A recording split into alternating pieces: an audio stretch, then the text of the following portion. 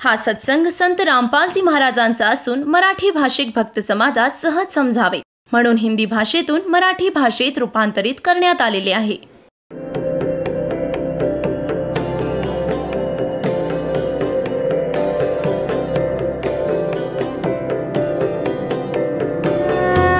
और ज्ञान सब ज्ञान डी कबीर ज्ञान सो ज्ञान और जैसे घोड़ा तोब कायम करता चले मैदान. जगद्गुरु तत्वदर्शी संत रामपालजी महाराजांचे अमृत वचन सर्व पवित्र धर्मांच्या व पवित्र शास्त्रांच्या आधारावर. बंदी छोड़ कबीर परमेश्वर जी की जय. बंदी छोड़ गरीबदास जी महाराज जी की जय. स्वामी रामदेवानंद जी गुरु महाराज जी की जय हो.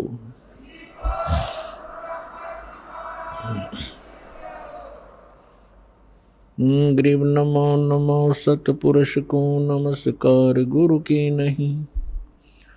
सुर नर मुनि जन साधुआं संतों सर्वस दी नहीं. सतगुरु साहेब संत सब डंडो तुम प्रणाम. आगे पीछे मध्य हुए तिनको जा कुर्बान. नराकार निर्विषम काल जाल भय भंजनम. निर्लेपम निज निर्गुणम अकल अनुपवेशुंडनम. सोहम सुरति समाप्तम सकल समाना नीरतलय. उज्ज्वल हिरंबर हरदमम बेपरवा अथाह है. वार पार नहीं मज्जतम.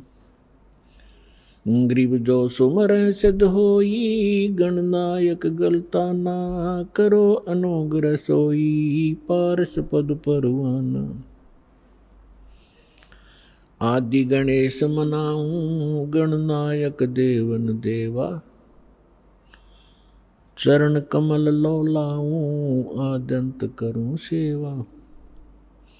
परम शक्ति संगीतम रिद्धि सिद्धि दाता सोई. अवगत गुण अतीतम सत्य पुरुष निर्मोही. जगदम्बा जगदीशम मंगल रूप मुरारी.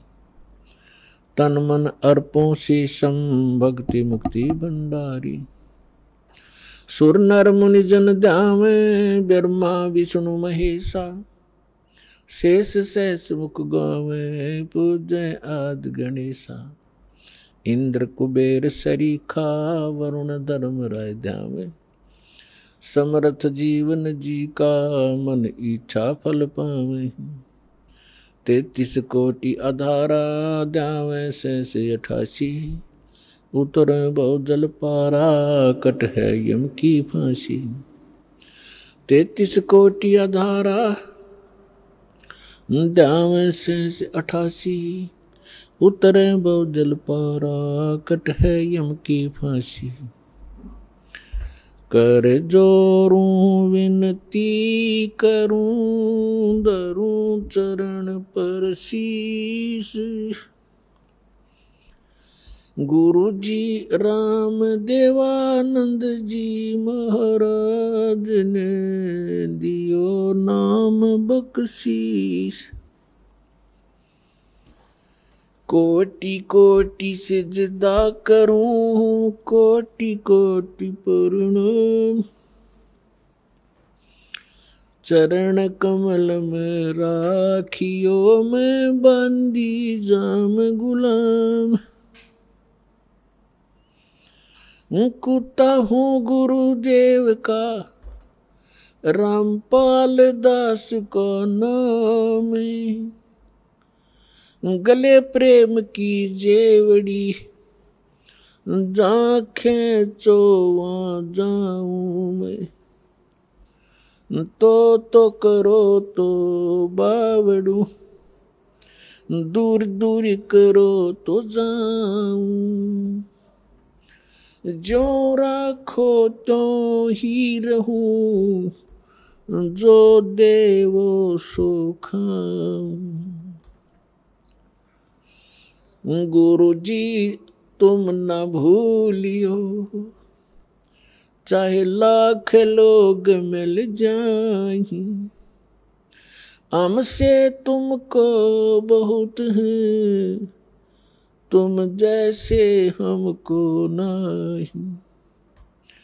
तुम्हारे विसारे क्या बने, मैं किसकी शरण में जाऊं। शिव बिरंच मुनि नारद, तिनके हृदय न समाहूं। जय इब के सतगुरु मिले, सब दुख आँखों रोए। चरणों ऊपर शीश धरूं, कहूँ जो कहनी हो। कबीर साईं मिल लेंगे, पूछेंगे कुशलात। आदि अंत की सब कहूँ, अपने दिल की बात। गुरु जी तुम ना भूलियो, चाहे लाख लोग मिल जाएं। हम जैसे तुमको बहुत हैं, तुम जैसे हमको नहीं। गुरु गोविंद दोनों खड़े, काके लागू पाए। बलिहारी गुरु अपना, जिन गोविंद दियो मिलाए।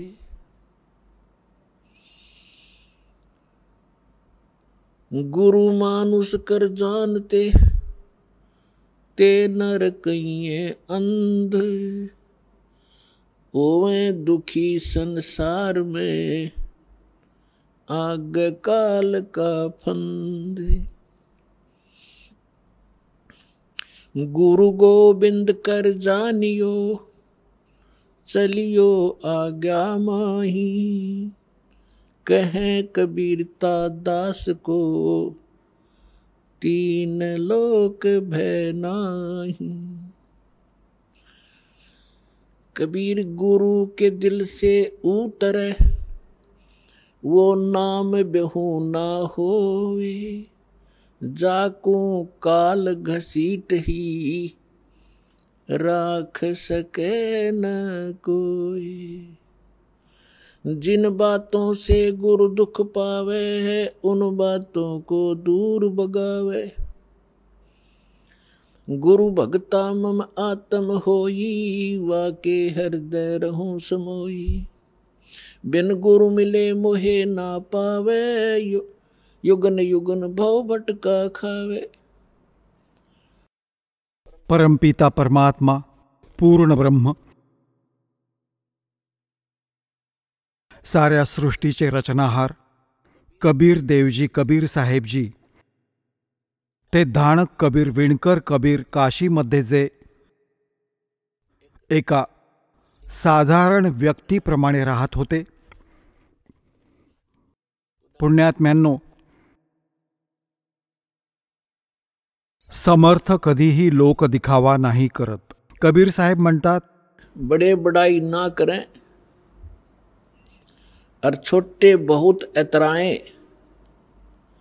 बड़ा बड़ाई ना करे, छोटा बहुत एतरावे. और जो प्यादा फर्जी हो, वो टेढ़ा मेढ़ा जावे. परमात्मा काय म्हणतात, जसे हे कच्चे रस्ते पायी चालण्यासाठी शेतात तयार केले जातात, ते अस्थायी असतात. कुणाच्या शेतातून तर असं म्हणतात, असे वेडेवाकडे चालतात. आणि जे योग्य स्थानी तयार केले जातात, म्हणतात ते स्ट्रेट असतात, सरळ असतात, ते परमनंट असतात. तर अशाच प्रकारे परमात्मा समर्थ होते. त्यांना कोणते अवडंबर माजवण्याची मुळीच आवश्यकता नव्हती. इतर ज्यांना आपण भगवान मानायचो, आता पुण्यात्म्यांनो, खास करून आपल्या हिंदू धर्मामध्ये आपण ज्यांना भगवान मानत होतो, त्या सर्वांना कोणते तरी राजपद प्राप्त होते. खास करून आपण भगवान श्रीरामांना, भगवान श्रीकृष्णाला, खास करून आपण यांनाच भगवान मानायचो. तर पुण्यात्म्यांनो, ज्याच्याकडे इथे या संसारातील छोटी मोठी पॉवर असेल, एक SHO आहे, एक छोटासा अधिकारी असतो एका छोट्याशा क्षेत्राचा, त्याच्या हातात दंडुका असतो, शिक्षा देण्याची त्याच्याकडे काहीची पॉवर असते. आता तो तर स्वतःच भगवान आहे त्या क्षेत्रात. कोणी मंत्री आहे, त्याच्याकडे पॉवर आहे छोटी मोठी सूट देण्याची, तर तो स्वतः भगवान आहे. सर्वांना स्वीकार आहे. आणि पुण्यात्म्यांनो, एका झोपडीत राहून आणि कपडे विणत असत. कधी कधी कपडे अंगरखाई नाही घालायचे, फक्त धोतर नेसायचे. हँड टू माउथ त्यांचा निर्वाह होता. अशाला भगवान कोणी स्वप्नातही नाही मानू शकत. परंतु पुण्यात्म्यांनो, जेव्हा आपण पारखी होऊ, आपण हिऱ्याची पारख करू शकू, तेव्हा आपोआपच लक्षात येईल हू इज गॉड. आज तुमच्यात परमात्मा कबीरजी यांच्याबद्दल बऱ्याचशा चुकीच्या संकल्पना पसरवल्या होत्या. कोणी म्हणायचे की ते एक विधवा ब्राह्मणीकडे जन्मले होते. शर्मेमुळी ती कुण्या सरोवराकाठी सोडून आली होती. एक निरुनिमा नावाचे विणकर होते, निस्संतान होते, त्यांनी उचलून आणले होते आणि मोठे होऊन ते विणकराचे काम करायचे. आणि असेही म्हणायचे की कबीर एक कवी होते. मग जेव्हा आम्ही या संत मार्गांमध्ये आलो, संत मार्गामध्ये त्यांना भक्तगण संत म्हणत असत आणि काही जण यांना भक्त कबीर म्हणत असत. एखाद्याने त्यांना संत कबीर देखील म्हटले आहे. परंतु कबीरपंथीही कबीरजींना परमात्मा नाही मानत, ते सद्गुरू म्हणतात. तर इथे परमात्मा, इथे गरीबदासजी म्हणतात, एक ना भूल्या दो ना भूली, भूली सब संसारी. सर्व काही विसरलेले आहेत परमात्मा कोण आहे. आणि ज्याच्या नावाने भाकर खातात कबीरपंथी, त्यांनाही नाही माहिती कबीर साहेब समर्थ आहेत, सृष्टीचे रचनाहार आहेत, ते देखील फक्त एक सद्गुरू म्हणतात. त्या सर्वांचे व्हिडिओ, त्यांची प्रवचने, इंटरव्ह्यू रेकॉर्ड करून ठेवलेले आहेत. आता भले त्यांनी कितीही बकवास करावी, समाजाला सर्व समजले आहे, त्यांचे किती नॉलेज होते. आज तुम्हाला परमात्म्याच्या प्रकटनाविषयी सांगतो. तसे तर भगवान स्वतः म्हणाले आहेत, चारों युग में संत पुकारे, कूक कहा हम हेल रे. हीरे माणिक मोती बरसे, यो जग चुगता डेल रे. परमात्मा म्हणतात, चारही युगात मी आलो आणि प्रत्येक युगात चांगल्या आत्म्यांना, संतांना भेटलो, त्यांना स्वतःची ओळख करून दिली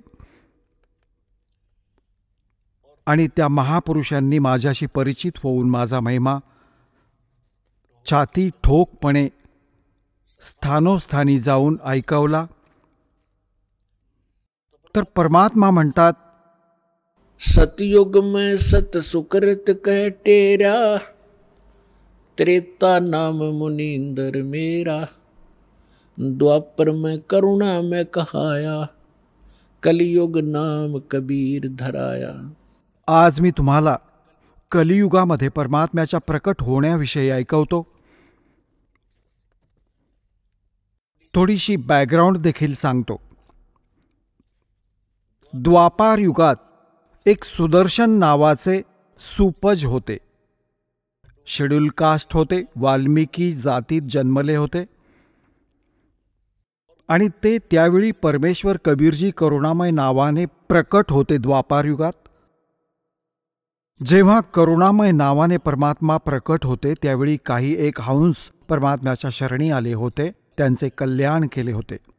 एकतर राणी इंद्रमती होती, इंदुमतीही म्हणतात, इंद्रमती,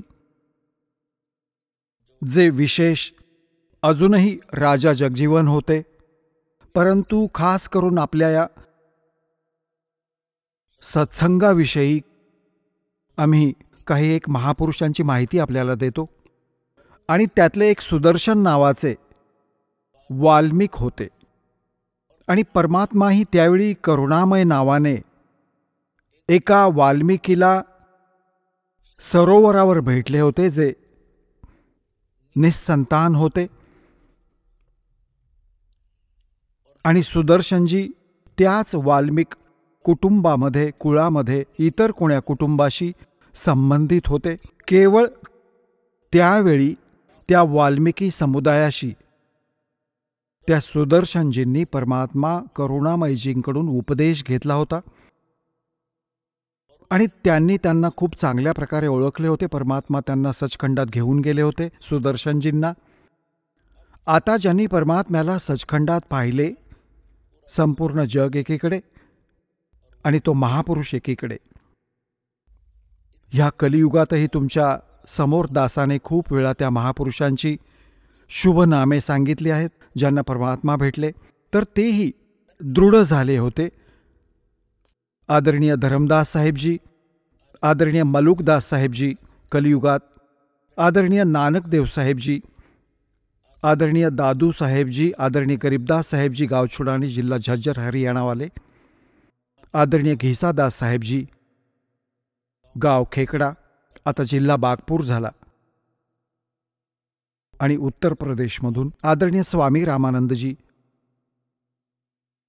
काशी शहरवाले, बनारसवाले, आणि गरीब परमात्मा स्वतः म्हणतात, जो देखेगा मेरे धाम को, जो बघेल मला धामामध्ये, जो मला सतलोकात बघेल, सो जानत है मुझ, तो मला समजू शकेल की आय एम गॉड.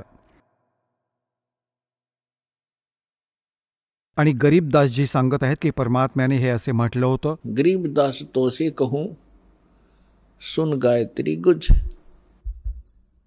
हा गुप्त भेद सांगत आहे की जो मला सतलोकात पाहिल तो मला भगवान मानेल, आणि नाहीतर या पृथ्वीवर फिरत माझ्या प्रत्येक दशेला बघून सामान्य माणूस ओळखू नाही शकत. तर आता आपण त्यांना ओळखू, कारण की आपल्याला हिऱ्याच्या गुण आणि लक्षणांचे ज्ञान झालंय. तर अशाच प्रकारे या जेवढ्या महापुरुषांची शुभनामे तुम्हाला सांगितली, जसे गुरु नानक देवजी हिंदू समाजात, हिंदू धर्मात जन्मले होते. यांचे वडील काळूराम मेहताजी खत्री अरोरा होते, आणि भगवान राम, भगवान श्रीकृष्ण आणि विष्णूजींचे कट्टर पुजारी होते.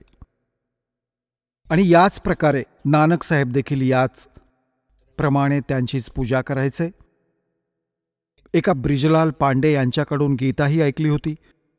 मग परमात्मा भेटले आणि सचखंडामध्ये पाहिले. त्यानंतर त्यांचे सर्व ज्ञान बदलले, त्यांचा विषय बदलला, आणि ब्रह्मा विष्णू महेशांपेक्षा श्रेष्ठ ते भगवान सांगू लागले. तर घरामध्येही विवाद केला. त्यांचे वडीलही त्यांना बरं वाईट बोलले पंडितांच्या सांगण्यावरून की तुझ्याकडे हा कोण जन्माला आला, हा तर रामकृष्णाला भगवान नाही मानत, यांच्यावर कुणी अजून शक्ती सांगत आहे. परंतु ते दृढ भक्त असतात ज्यांना भगवान भेटतात, याला वेद साक्षी आहेत. तर त्यांनी पर्वा नाही केली. सगळा संसार एका बाजूला, सगळा समाज एका बाजूला, आणि गुरु नानक देवजी एका बाजूला. ते निश्चयी राहिले आणि सफल झाले. अशाच प्रकारे वाल्मिकजी, सुदर्शनजी एकटेच त्यांचे त्यावेळी त्या क्षेत्रात भक्त झाले. आणि ज्या त्यांच्या आईवडिलांनी, सुदर्शनजींच्या आईवडिलांनी परमात्म्यांची शरण नाही घेतली, ग्रहण नाही केली, ना नाम घेतले ना दीक्षा घेतली, तर जेव्हा ते मरू लागले मृत्यूला प्राप्त होऊन गेले आणि सुदर्शनजींना परमात्मा म्हणाले की सुदर्शन, भक्ती कर बाळा, आणि तुला सतलोकात घेऊन जातो. तुझ्या मनात काही इच्छा असेल तर सांग. जर तुझ्या मनात कोणती इच्छा या लोकातील बाकी असेल तर बाळा पार नाही होणार. म्हणून मी तुझी ती इच्छा आधीच पूर्ण करतो, म्हणजे तो तुझ्या गळ्यातला काटा नको व्हायला. तेव्हा सुदर्शनजी म्हणाले की भगवन, तुम्ही तर अंतर्यामी आहात. तुम्ही ज्ञान असे दिले, हे इथले सोने, हे सुवर्ण मला माती समान वाटते. इथले गुपित तुम्ही सांगितले की इंद्रदा राज कागदा बेष्टा अर्ना भोगा इंद्राणीनु. इंद्र स्वर्गाचा राजा, स्वर्गाचे राज्य ही आमच्यासाठी तुमच्या ज्ञानामुळे समजले की कावळ्याची विष्ठा आहे, युजलेस, जीव आपले जीवन नाश करण्यासारखे. तर हे भगवान, दासाची कोणतीही इच्छा नाही, परंतु एक गोष्ट साठून राहिली आहे हृदयात. माझे आईवडील खूप नेक व्यक्ती, नेक होते, आणि दुर्भाग्य होते त्यांचे की त्यांनी तुमची शरण नाही घेतली. मला एक गोष्ट बोचत आहे की न जाणो ते कोणत्या योनीत, कोणत्या जीवाच्या, कोणत्या प्राण्याच्या शरीरात हाल भोगत असतील, आणि त्यांनी माझे पालन पोषण केले, जन्म दिला. त्यांच्याप्रती थोडीशी ही चिंता वाटत आहे, टेन्शन वाटत आहे. अजून कोणतीच इच्छा नाही. तर परमात्मा म्हणाले, बाळा, ही सुद्धा कमजोरी आहे. कमजोरी म्हणजे आता इथे जसे रामनामाच्या गाडीचे एक पंक्चर झाले बाबा, तुझं कोणताही टायर झाला असेल, उभी राहील, मग उपयोग काय झाला? असं म्हणतो की फक्त एक पंक्चर झाले, बाकी गाडी ओके. डोंबल ओके, ही जी पंक्चर झाली आहे ती काय चालणार पुढे? तर परमात्मा समजले की अजून हा वीकनेस आहे तुझ्यामध्ये. निसंशय कितीही औपचारिकता करत आहेस बाळा. जसं एक वृद्ध व्यक्ती सडपातळ डॉक्टरकडे गेला, शारीरिक कमजोरी खूप होत्या त्याच्या. डॉक्टरला म्हणाला, डॉक्टर साहेब, माझं डोकं दुखत असतं. डॉक्टरांनी पाहिलं वृद्ध माणूस आहे, अशक्तपणा खूप आहे, वीकनेस आहे, शारीरिक वीकनेस आहे, अशक्तपणा आहे. म्हणाले की तुम्हाला वीकनेस आहे, अशक्तपणा आहे. तो म्हणू लागला की मी उभा राहतो तेव्हा चक्कर येते. डॉक्टर म्हणाले, बाबा, अशक्तपणाचं लक्षण आहे, अशक्तपणा आहे.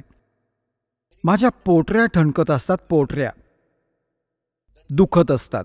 डॉक्टर म्हणाले, अशक्तपणा आहे. तर या गोष्टीवर त्या वृद्धाने विचार केला की हा डॉक्टर, तो म्हणाला, हा डॉक्टर आहे की घनचक्कर? एकच माहिती आहे, अशक्तपणा आहे, अशक्तपणा आहे, काही वेगळं तरी सांगशील. क्रोधित झाला वृद्ध. तर डॉक्टर म्हणाले, बाबा, की हे अशक्तपणाचं लक्षण आहे. अशक्त माणसाला राग येतो. तर अशाच प्रकारे परमात्म्याने सांगितले की सुदर्शनजी, बाळा, ही अजून कमजोरी आहे तुझी, तुला इथे ठेवण्यासाठी हे पुरेसं आहे. जा आसा ता बासा होई, मन कर्म वचन सुमरियो सोई. आता परमात्म्याने विचार केला. आता हा निसंशय गोष्ट सांगत आहे, पण हा फसलाय आई वडिलांच्या मोहमायेत. ही मोहाची बेडी अशी आहे, दिसून नाही येत, आणि बांधून जखडून ठेवलंय आपल्याला इथे. ही माया अशी खतरनाक आहे. आता परमात्म्याला आर्जव केले कबीरजींना, करुणामयजींना, की हे सद्गुरू, माझ्या आई वडिलांना कधी मानव शरीर मिळाले, त्यांना शरणी घ्या माझे मालक, माझ्या आत्म्याला संतोष मिळेल. परमात्मा म्हणाले, बाळा, तू चिंता नको करूस, मी वचन देतो तुला. मी वचन देतो की तुझ्या आईवडिलांना मी पार करून देईन. मला कितीही जन्म लागू देत त्यांना बाहेर काढण्यासाठी तू अगदी निश्चिंत राहा. तेव्हा सुदर्शनजींना समाधान वाटले आणि तेव्हा तो इथून पिच्छा सुटला त्यांचा. आता त्यांचे माता पिता, त्यावेळी तर ते वाल्मिक घरात जन्मले होते, नेक्स्ट जन्म त्यांचा ब्राह्मणाच्या घरी झाला आणि दोघांचा मग पती पत्नीचा संयोग झाला. ते निस्संतान होते, त्यांना अपत्य नव्हते. परमेश्वर त्यांना 2.5-3 वर्षांच्या मुलाच्या रूपात भेटले, परंतु ते त्यांना घरी घेऊन आले. सगळीकडे आजूबाजूला सगळीकडे सांगितले कोणाचे बालक असेल, कोणाचे बालक असेल. राज दरबारातही त्याला दाखवले की हे मूल आम्हाला इथं सापडलं, आई वडील कोण आहेत सांगत नाहीत. तर राजाही म्हणाला की तुम्ही ठेवून घ्या स्वतःजवळ, कोणी कधी आले कोणाचे असेल तर तेव्हा देऊ. तर परमात्मा त्यांच्या घरी राहिले, 6 महिन्यापर्यंत त्यांच्याजवळ राहिले आणि परमात्मा त्यांना सांगत असत बसून आसनावर की या बाळांनो, माझ्याकडून नाम घ्या, दीक्षा घ्या, भजन करा, हे 2 दिवसांचं आयुष्य आहे. तर ते आई वडील त्याला धमकवायचे की तू काय आमचा आजोबा लागून गेलास, आम्हाला बाळ म्हणतोस. एखाद्या वेळी त्यांना दरडावलं, धमकावलं. जेव्हा बघितलं की हे नाही ऐकत आहेत, अंतर्धान पावले. जेव्हा ते अंतर्धान पावले तर त्या मुलामध्ये जीव खूप गुंतला होता. तर सर्व आयुष्य त्यांचं त्याच्याच आठवणीत व्यतीत झालं. पुढचा जन्म त्यांचा परत ब्राह्मण आणि ब्राह्मणीचा झाला. काशीच्या आसपास त्यांचा जन्म झाला. गौरीशंकर काशीमध्ये, त्याचे नाव गौरीशंकर होते, तो काशी बनारसमध्ये राहत होता. त्याची पत्नी कोणत्या आजूबाजूच्या गावात जन्मली, त्यांचा संस्कार संयोग झाला. तर काशीमध्ये गौरीशंकर, त्याच सुदर्शनजींचे वडील गौरीशंकर ब्राह्मण झाले आणि त्यांची माता सरस्वती नावाने गौरीशंकरसोबत पत्नी रूपात राहू लागली. गौरीशंकरजी भगवान शंकराचे मोठे पुजारी होते आणि नेक आत्मा होते. पुण्यात्म्यांनो, हे मागचे स्वभाव संस्कार भले कोणत्याही जाती धर्मात जन्म घेऊ दे माणूस, त्याच्या सोबत राहतात. आता ते ब्राह्मण कुळात जन्मले होते आणि ब्राह्मण काशीचे तर जवळजवळ त्यांचा व्यवसाय हाच होता, आपला उदरनिर्वाह चालवणे, जगाची दिशाभूल करणे, तंत्रमंत्र सांगणे, श्राद्ध घालणे, पिंड घालणे, दिशाभूल करणे. परंतु त्यांचा आत्मा मानत नव्हता. ते फक्त भगवान शंकराचा महिमा गात असत, शिवपुराणातील कथा ऐकवत असत. त्या कथेतून जो काही पैसा मिळायचा त्यातून निर्वाह करायचे आणि जो शिल्लक राहायचा त्याचा भंडारा घालायचे, साठवून ठेवत नव्हते. ज्या कारणाने त्यांच्या या क्वालिटीमुळे, या गुणांमुळे साधारण हिंदूचे, त्यांच्याप्रती साधारण हिंदूंची एक विशेष जी आस्था होती, सगळ्यांच्या तोंडी त्यांचं नाव होतं की खूप नेक माणूस आहे, काही आधाशीपणा नाही करत, निस्वार्थ कथा ऐकवतो. आणि त्यामुळे इतर जे रोजीरोटीवाले ब्राह्मण होते, ते पंडित, ते गौरीशंकरची ईर्ष्या करायचे की सगळे याचीच प्रशंसा करतात, बरेच लोक याचीच कथा ऐकायला जातात. तर त्याला कमी लेखण्यासाठी ते खूप प्रयत्नशील होते, परंतु त्यांचे काही चालत नव्हते, डाळ शिजत नव्हती. ही गोष्ट समजली काजी आणि मुल्लांना. काशीच्या काजी आणि मुल्ला मुसलमानांना समजले की गौरीशंकर हिंदू धर्माचा खूप प्रचार करत आहे. त्यांना हे देखील माहीत झाले की इतर जे ब्राह्मण आहेत, ज्यांना सगळे गुरुरूपात मानतात, हे हिंदू लोक, ते याच्याशी ईर्ष्या करतात, याच्या सोबत नाही आहेत. ज्या कारणाने त्या दोघांना, गौरीशंकर आणि सरस्वतीला, ते निपुत्रिक होते, त्यांना मूलबाळ नव्हते कोणी, त्यांना जबरदस्ती मुसलमान बनवलं. आपले उष्टे पाणी त्यांच्यावर शिंपडले, त्यांच्या तोंडात ओतले. 5-10 हिंदू बघत उभे होते. ब्राह्मण त्यांनी जाऊन सगळ्यांना अनाउन्समेंट केली की गौरीशंकर मुसलमान झालाय, त्याच्या घरी जायचे नाही, त्याला आपल्या घरी येऊ द्यायचे नाही, त्याला गंगेत स्नानालाही बंदी केली. गंगा घाटावर जिथे ब्राह्मण लोक स्नान करत असत तिथे मुसलमानांना अलाउड नव्हते स्नान करणे त्या गंगेत. आणि मुसलमान लोकांना या गंगेची फार पर्वा देखील नव्हती, फार काही विशेष, कारण की त्यांच्या इतिहासात ती नाहीये. तर गौरी शंकर सरस्वती विवश झाले, त्यांचे नाव बदलले. गौरी शंकरचे नाव केले नूर अली आणि सरस्वतीचे नाव केले नियामत. अपभ्रंश करून सरळ त्यांना नीरू आणि नीमा म्हणू लागले. आता कोणीही हिंदू त्यांच्याकडे कथा ऐकायला जात नव्हता. शिवाची गोष्ट ते सांगू शकत नव्हते, कारण ते मुसलमान झाले होते. रोजी निर्वाहाची समस्या समोर उभी ठाकली. त्यांनी पाहिले की पैसे आपल्याकडे नाहीत, कोणता व्यवसाय नाही करू शकत. तर त्यांनी सिंपल असा उपाय शोधला जो बिना पैशाचा सुरू करता येईल. तर कपडे विणण्याचे काम त्यांनी सुरू केले. त्यात काही नाही करावे लागत, 4 दांडकी उभी करायची असतात, 4-5 बस. ती जंगलातून तोडून आणली आणि विणकराचे काम सुरू केले. ते निपुत्रिक होते, अपत्य नव्हते.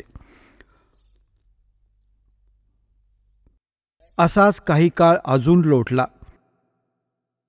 ते भलेही मुसलमान झाले होते, परंतु भगवान शंकराची आस्था, श्रद्धा ते विसरू शकत नव्हते. जेव्हाही कोणते संकट यायचे तेव्हा भगवान शंकराला आर्जव करायचे. आता गंगाजी गंगा घाटावर स्नान करायला बंदी केली. रोज स्नान करण्याची सवय त्यांना लागली होती. त्यासाठी त्यांनी एक ठिकाण शोधले जे लहरतारा नामक एक स्थान होते, जिथे खूप मोठे एक सरोवर होते, लहरतारा सरोवर. आणि त्यामध्ये गंगेचेच पाणी पावसाच्या वेळी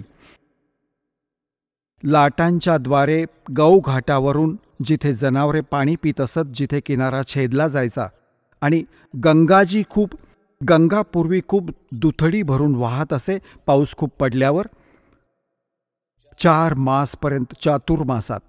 तर त्या गौघाटावरून पाणी ओव्हरफ्लो होऊन लाटांमुळे उंच उसळून आणि एका खूप मोठ्या सरोवराला भरून टाकत असे. तो झरा होता. आणि मग त्यात संपूर्ण वर्ष पाणी निर्मळ राहायचे.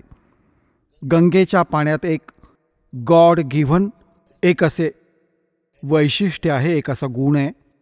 ही सतलोकातून आलेली ही गंगा, तर ती कधी खराब नाही होत.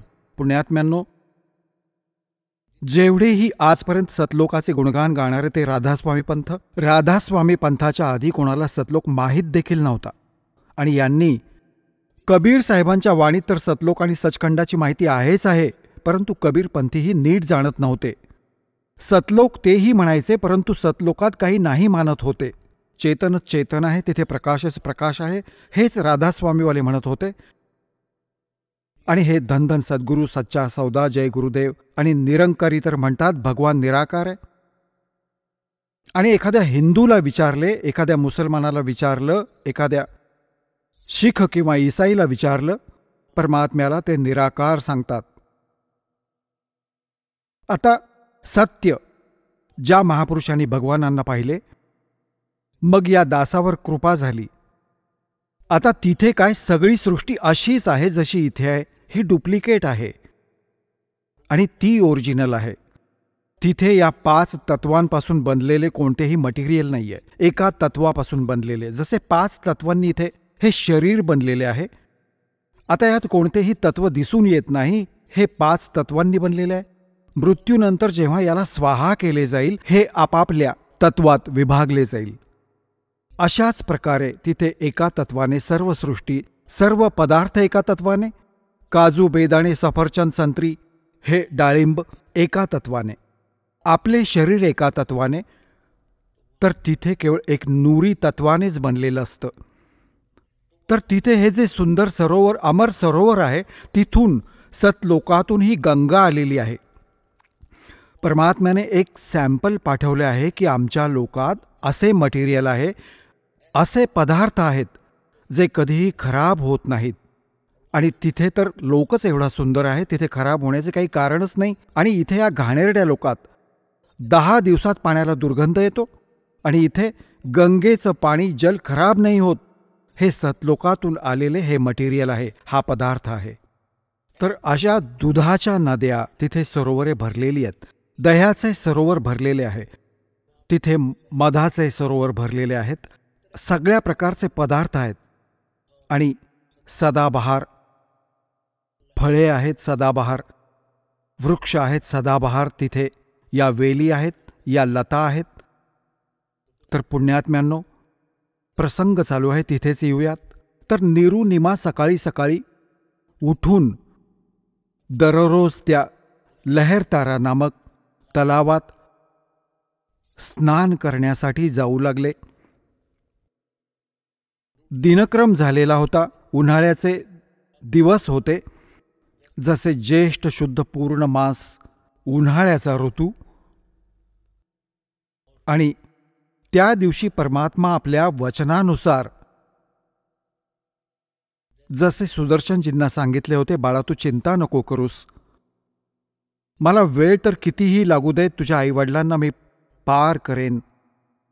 ज्या कारणाने तो भोळा भक्त सुदर्शन इथल्या इच्छा त्यागू शकला, नाहीतर त्याच्या गळ्यात एक फाशी अजून चढली असती आणि हीच खूप होती त्याला इथे काळाच्या लोकात अडकवण्यासाठी. परंतु पुण्यात्म्यांनो, परमात्मा म्हणतात, माझ्या शरणी जेव्हा तुम्ही याल मग माझे काम आहे. तुम्ही माझ्या मर्यादेमध्ये राहा, माझ्यापासून दूर नका होऊ, मग मी स्वतः करेन तुमची सर्व कामे. कसे तुम्हाला पार करायचे आहे ही माझी ड्युटी आहे.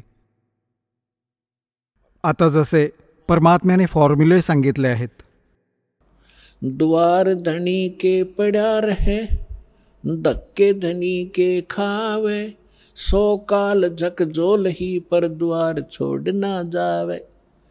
एक पद्धत सांगितली आहे की द्वार धनी के पड़ा रहे और धक्के धनी के खावे, म्हणजे आपल्या खऱ्या दरबारात, आपल्या सद्गुरूच्या जवळ इथे येत राहा. भले लोक तुम्हाला काहीही म्हणत राहू देत आणि काही छोटे मोठे असे कोणते दुःखही तुमच्यावर आले तरी त्यात आपली हिंमत नाही हरायची आणि भगवानांपासून दूर नका होऊ. म्हणून म्हणतात, द्वार धनी के पड़ा रहे और धक्के धनी के खावे. सतलोक म्हणजे आश्रमात येत राहा, जात राहा. छोटं मोठं काही उलट सुलट जरी झालं तरी हिंमत नाही हरायची. कबीर साहेब म्हणतात, सतना छोड़े सूरमा, सत छोड़े पतदा, और सत के बांधे लक्ष्मी फेर मिले किया. मग फॉर्म्युला सांगितलाय की द्वार धनी के पड़ा रहे, धक्के धनी के खावे, 100 काल झकझोल ही पर द्वार छोड़ जा. तर परमात्मा अजूनही म्हणतात की जो एकदा मला माझ्या शरणाला आणि गुरुद्रोही झाला नाही, मग त्याला मी सोडणार नाही, पार करून मगच सोडेन, भले वेळ कितीही लागो. जो जन मेरी शरण है ताका हूं मैं दास, और गेल गेल लाग्या फिरूं जब तक धरती आकाश. तर पुण्यात्म्यांनो, आता परमात्म्याने आपल्या वचनानुसार त्यांना काढायचे होते. जर ते ब्राह्मण बनून राहिले असते, त्यांच्यात अभिमानाची कमी नव्हती आणि जिथे अभिमान आहे तिथे भगवान भेटू नाही शकत त्या व्यक्तींना. आजपासून 600 वर्षांपूर्वी ब्राह्मण वर्ग एक खूपच उच्च कोटीचे मानले जायचे. यांना आमच्या क्षेत्रात दादा नावाने संबोधले जायचे, अगदी लहान मुलगा असला तरी. आणि खूप मोठा महिमा होता त्यांचा. त्यावेळी परमात्म्याने आधी तर त्यांची ती आकड काढली, त्यांना केले मुसलमान आणि हिंदूंमधून त्या ब्राह्मण कुळातून हटवले. आता ते निसंशय मुसलमान झालेले होते, परंतु ते एका साधारण व्यक्तीप्रमाणे आपली गुजराण करायचे, जे नमाज वगैरे जे सांगितले होते ते करत होते, परंतु अंतःकरण त्यांचे तुटलेले होते. त्यांच्यामध्ये कोणताच अभिमान नव्हता.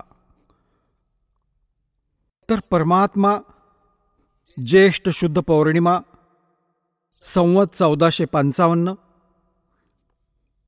सन 1398 ब्रह्ममुहूर्तावर, ब्रह्ममुहूर्त म्हणजे सूर्योदय होण्याच्या आधी जवळजवळ 1.5 तास आधी, तिथे जवळजवळ 1.5 तास आधी त्याला ब्रह्ममुहूर्त म्हणतात.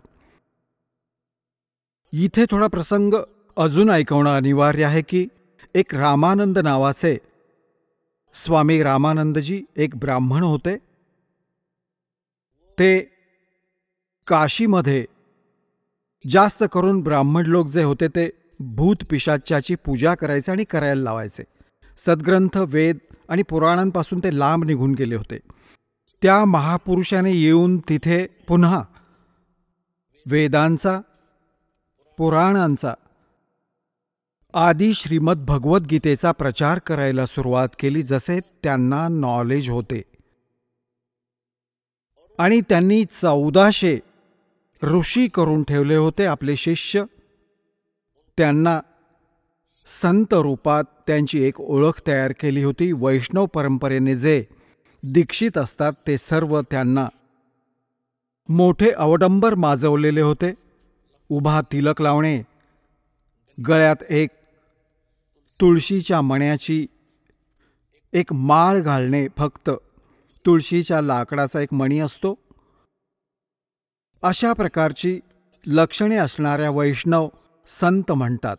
जे 1400 वैष्णव संत तयार केले ते जागोजागी प्रचार करत असत आणि जशी रामानंदजींनी त्यांना साधना सांगून ठेवली होती ती साधनाही करत असत. त्या 1400 ऋषींपैकी एक ऋषी होते अष्टानंद ऋषी, आणि ते दररोज त्या लहरतारा तलावात जाऊन स्नान करत असत. आणि तिथेच एक जंगलासारखे होते आजूबाजूला. पूर्वी वने, जंगले तर खूप असायची सगळ्याच ठिकाणी. तिथे बसून ते सकाळी सकाळी स्नान करून काही वेळ आपल्या गुरुदेवांनी सांगितल्याप्रमाणे साधना तिथे तासनतास करत असत आणि नैसर्गिक सौंदर्याचा आनंदही घेत असत, शांत वातावरणात करत असत. तिकडून अष्टानंदजी स्नान करून आपली साधना करण्यासाठी मृगाजीन अंथरून आणि बसले होते. परमात्मा सतलोकातून आले सहशरीर, एक शिशुरूप धारण करून. अष्टानंद त्यांच्या शरीराचे एवढे तेज होते. अष्टानंदजींनी पाहिले की वरून काही प्रकाशाच्या गोळ्यासारखे येत आहे. जशी वर दृष्टी गेली त्यांचे डोळे परमात्म्याच्या त्या शरीराच्या तेजाला सहन नाही करू शकले. डोळे दिपून गेले. जसे आपण सूर्याकडे कधी पाहतो चुकून, तर सूर्याचा प्रकाश आपली चरमदृष्टी सहन नाही करू शकत. आपण डोळे बंद करून घेतो. डोळे बंद केल्यानंतर आपण काय बघतो की सूर्याचा आकार प्रकाशरहित एका गोळ्यासारखा वेगळाच दिसून येतो. आणि जिकडे कुठे आपण बघतो तो तसाच तिकडे दिसूनच येतो. अशाच प्रकारे जेव्हा त्या अष्टानंदजींचे डोळे बंद झाले, त्यांनी काय पाहिले, एक बाळ, नवजात बाळ दिसले. प्रकाशरहित बॉडी, शरीर होते त्या बॉडीचे. आणि आधी तीच बॉडी, कारण की ती सप्रकाशयुक्त तर होतीच, जसे सूर्यप्रकाशयुक्त तर त्यावेळीही होता, परंतु त्यानंतर केवळ त्याचे प्रतिबिंबच दिसत होते. काही वेळानंतर त्यांनी डोळे उघडले आणि बंद केले. मग पाहिले की तो प्रकाश त्या लहरतारा तलावाच्या दुसऱ्या कोपऱ्यात जाऊन आणि एकवटला आणि त्यांच्या डोळ्यांच्या समोर जे प्रतिबिंब होते त्या बालकाचं समोर फिरत होतं. आता अष्टानंदजींना वाटले की हे काही माझ्या भक्तीचे फलित आहे का, माझ्यासोबत कोणी या देवाने किंवा कोणत्या प्रेताने, पितराने कोणती अशी घटना केली.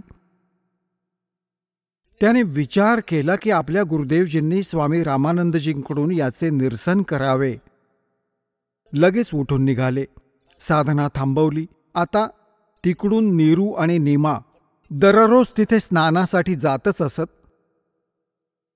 आता पुण्यात्म्यांनो, परमात्मा त्या नीरू आणि नीमाला अपत्य देऊ शकत होते, इतकी देऊ शकत होते की हात जोडावे लागले असते, बस केले असते त्यांनी. परंतु म्हणतात ना की समाजाचे विचार आणि भगत आणि जगताच्या विचारात खूप फरक असतो. याच कारणाने जगत आणि भगतामध्ये विरोध राहिलेला आहे. जगत ज्या परंपरा निभावत आहे त्या भगत निभावून पुढे नाही जाऊ शकत.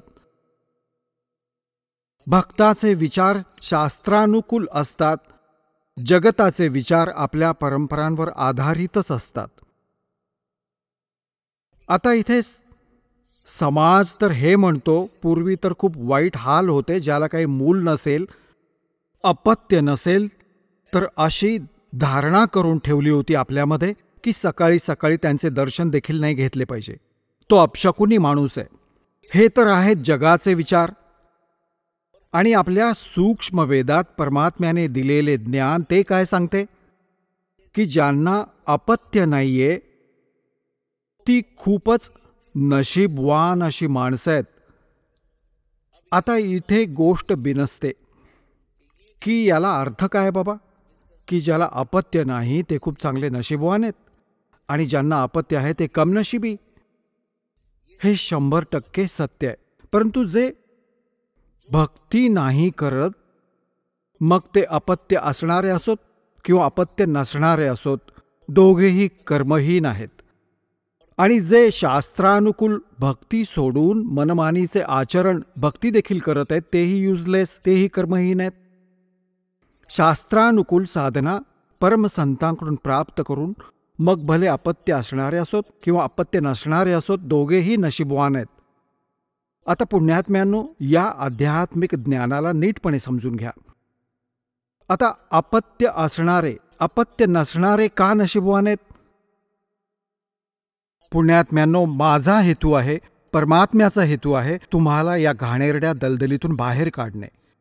आणि तुम्ही जे ज्ञान ऐकले आहे, ज्या परंपरा आणि जे विचार ऐकले आहेत ते दलदलीत अडकून राहण्याचेच ऐकले आहेत आणि तेच तुम्ही फायनल आणि सत्य मानून बसले आहात. एकदा सुखदेव ऋषीजी 12 वर्षांपर्यंत आपल्या आईच्या गर्भात राहिले. ते बाहेर नाही आले कारण गर्भाच्या आत बाळाला आपल्या पूर्वजन्मीची संकटे आणि येणाऱ्या या जन्मात जे लिहिले आहे ते सर्व लक्षात असते की काय काय दुःख येणार आहे तुझ्या वाट्याला बाहेर येताच. ज्या कारणाने त्या गर्भातून बाहेर नाही आला तो 12 वर्षांनंतर ब्रह्मा विष्णू महेश तिघेही येऊन त्याला म्हणाले, सुखदेव तू बाहेर ये, ही परंपरा खराब नको करूस. तेव्हा तो म्हणाला होता की तुमच्या आतून बाहेर पडणारे हे 3ही गुण, ही त्रिगुणमयी माया बाहेर येताच अचेतन करते, शुद्ध हरपायला लावते. तुम्ही तुमच्या मायेला थांबवा. आता ते म्हणाले की हे बघ, या मायेला थांबवणं आमच्या आवाक्यातली गोष्ट नाहीये, हे तर आमच्यात गुण भरून दिलेत भगवानांनी.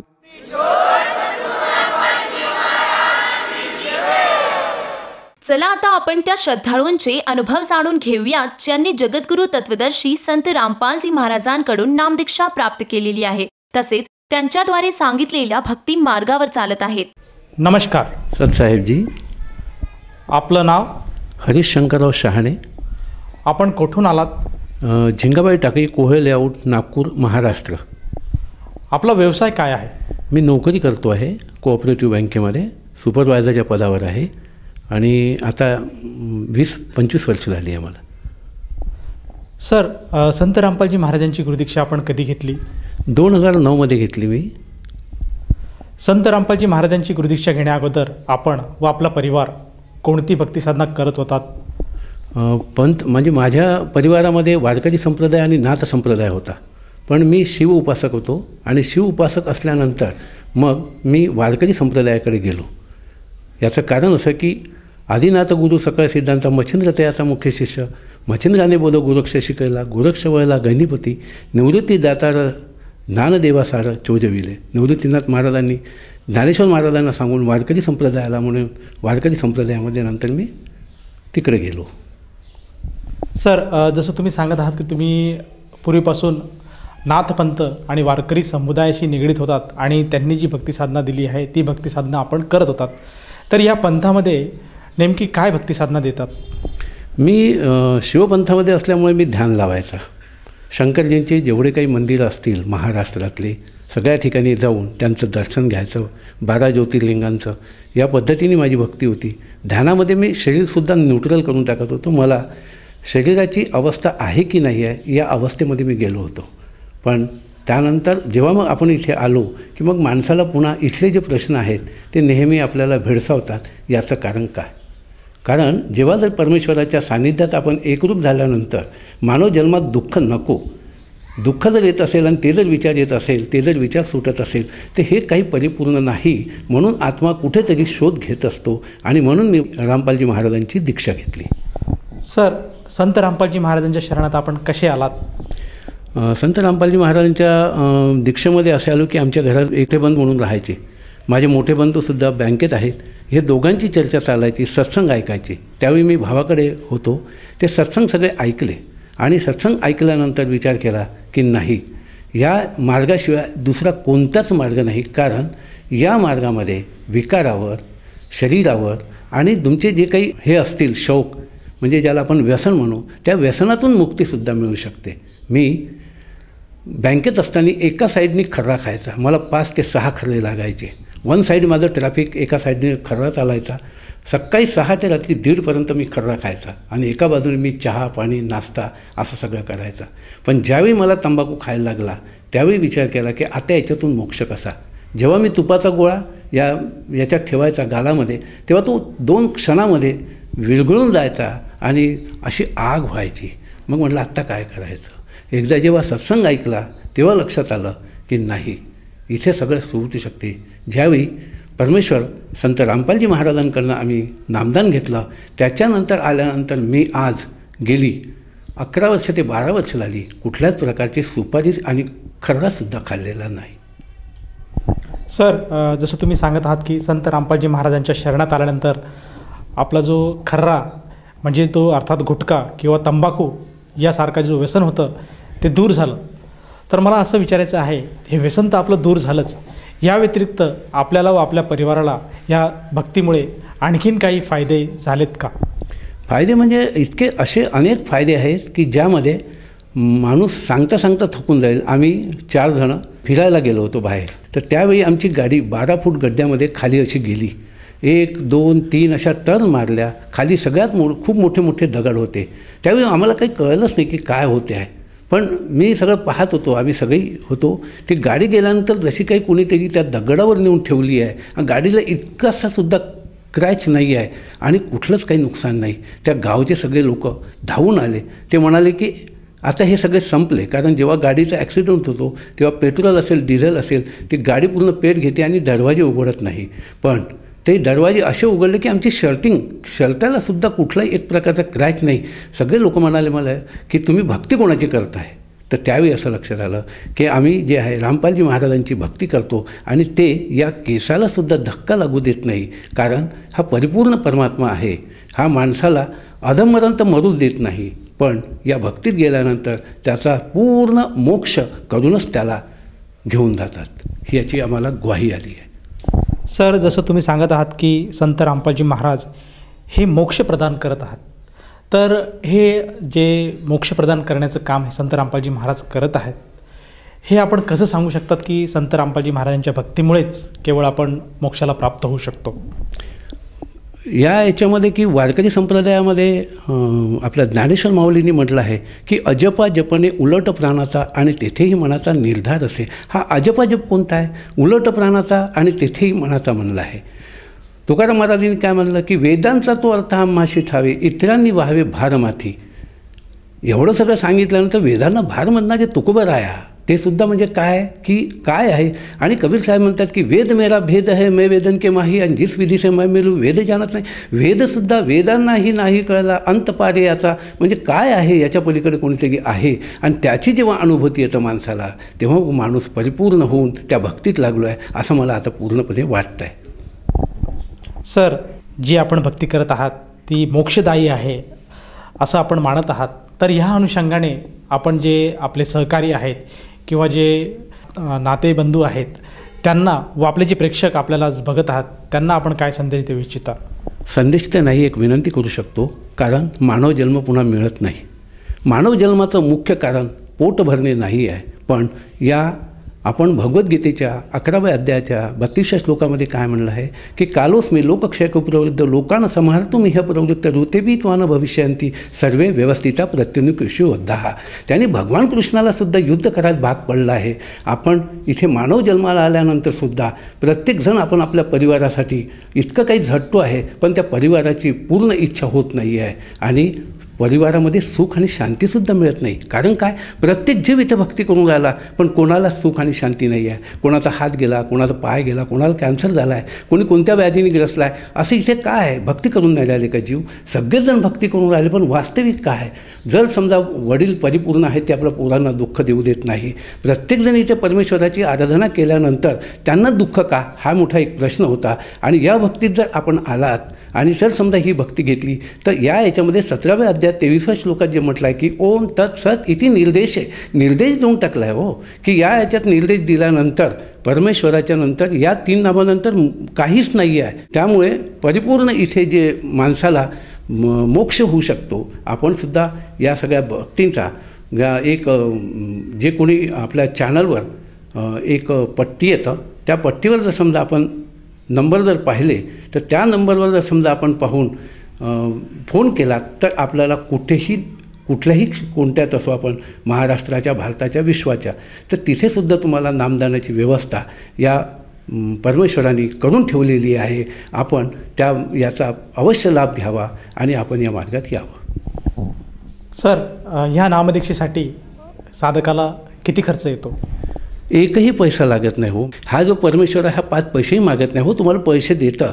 फक्त तुम्हाला जसं मला एखादा आजार झालेला आहे, त्या आजार झाल्यानंतर मला जर डॉक्टरकडे भरती केल्यानंतर त्या डॉक्टरचे मला जर नियम पाळावे लागतात का? कारण माझ्या घरी मला व्यवस्थित व्हायचं आहे आणि तो डॉक्टर माझी काळजी घेतो म्हणून मला नियम पाळायचे आहे. तसे सद्गुरू रामपालजी महाराज त्या हॉस्पिटलमध्ये आपण भरती झाल्यानंतर आपल्याला या जन्ममरणाच्या फेऱ्यातून निघायचं आहे आणि त्या फेऱ्या फक्त सांगितलेल्या ज्या काही वेळेवर आहे मर्यादा आहेत. इथे मर्यादा जोपर्यंत पाळेल त्यालासुद्धा परमेश्वर आपल्या याच्यात शरणात घेतो आणि त्याला परिपूर्ण मुक्त करतो. ही माझी ग्वाही आहे आणि असे अनेक भक्तांचे आत्तापर्यंतचे जे आलेले अनुभव आहे. त्यामुळे मी आपणास एक विनंती करू इच्छितो की आपण या सगळ्या याच्यामध्ये परिपूर्ण विचार करून पूर्ण भक्ती करावी आणि आपल्या जीवाचा मोक्ष करून घ्यावा. कारण हा परमात्मा जर तुमच्या जीवाला कधीही दुःख असेल तर भक्ती होऊ शकत नाही. आणि दुःखामध्ये कसं माणूस भक्ती करेल? आता हे सगळेजण सांगतात की नाही दुःख तर पाहिजेच, परमेश्वराचं नाव येणारच आहे. पण परमेश्वराचं नाव दुःखातच का? अधिक सुख असल्यावरही घेऊ शकतं असा हा मार्ग आहे. त्यामुळे मी आपणा सगळ्या विनंती करतो की आपण या सगळ्या ह्याच्यात येऊ, जे परिपूर्ण भक्ती आहे ती आपण घ्यावी आणि आपल्या जीवनाचा उद्धार करावा, एवढंच मी आपणास सांगू इच्छितो. धन्यवाद. सत साहेबजी.